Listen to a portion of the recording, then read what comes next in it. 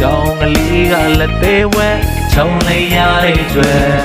ရွှေစည်းခွဲကြီးအိမ်တွေဘရင်ကြီးလိုနေမိုးလေးတွက်ခါမေတဲ့ဟောတောက်တဲ့ကိုလေးပေါ်ပြောရယုံနဲ့ပုတ်တဲ့ညိုကောင်းရိပ်လာတဲ့ကိုရွှေကြီးညိုတာပါလားဧည့်သည်လာပါစား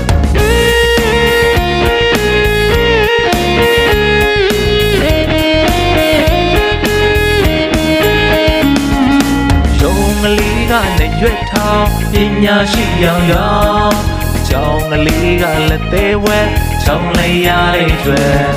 ရွှေစည်းခွဲကြီးအိမ်တွေဘရင်ကြီးလိုနေ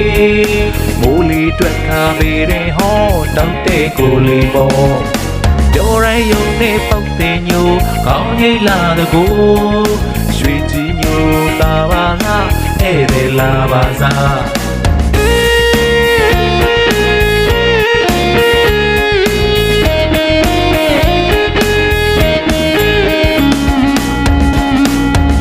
ကလေးကလည်းရွက်ထောင်ပညာရှိရောင်ရောင်ကြောင်ကလေးကလည်းသေးဝဲခြုံလိုက်ရတဲ့တွေ့ရွှေစည်းခွဲကြီးအိမ်တွေဘရင်ကြီးလိုနေမိုးလေးတွက်ခါမေတဲ့ဟောတောက်တဲ့ကိုလေးပေါ်ပြောရယုံနဲ့ပုတ်တဲ့ညိုကောင်းရိပ်လာတဲ့ကိုရွှေကြီးညိုတာပါလားဧည့်သည်လာပါစား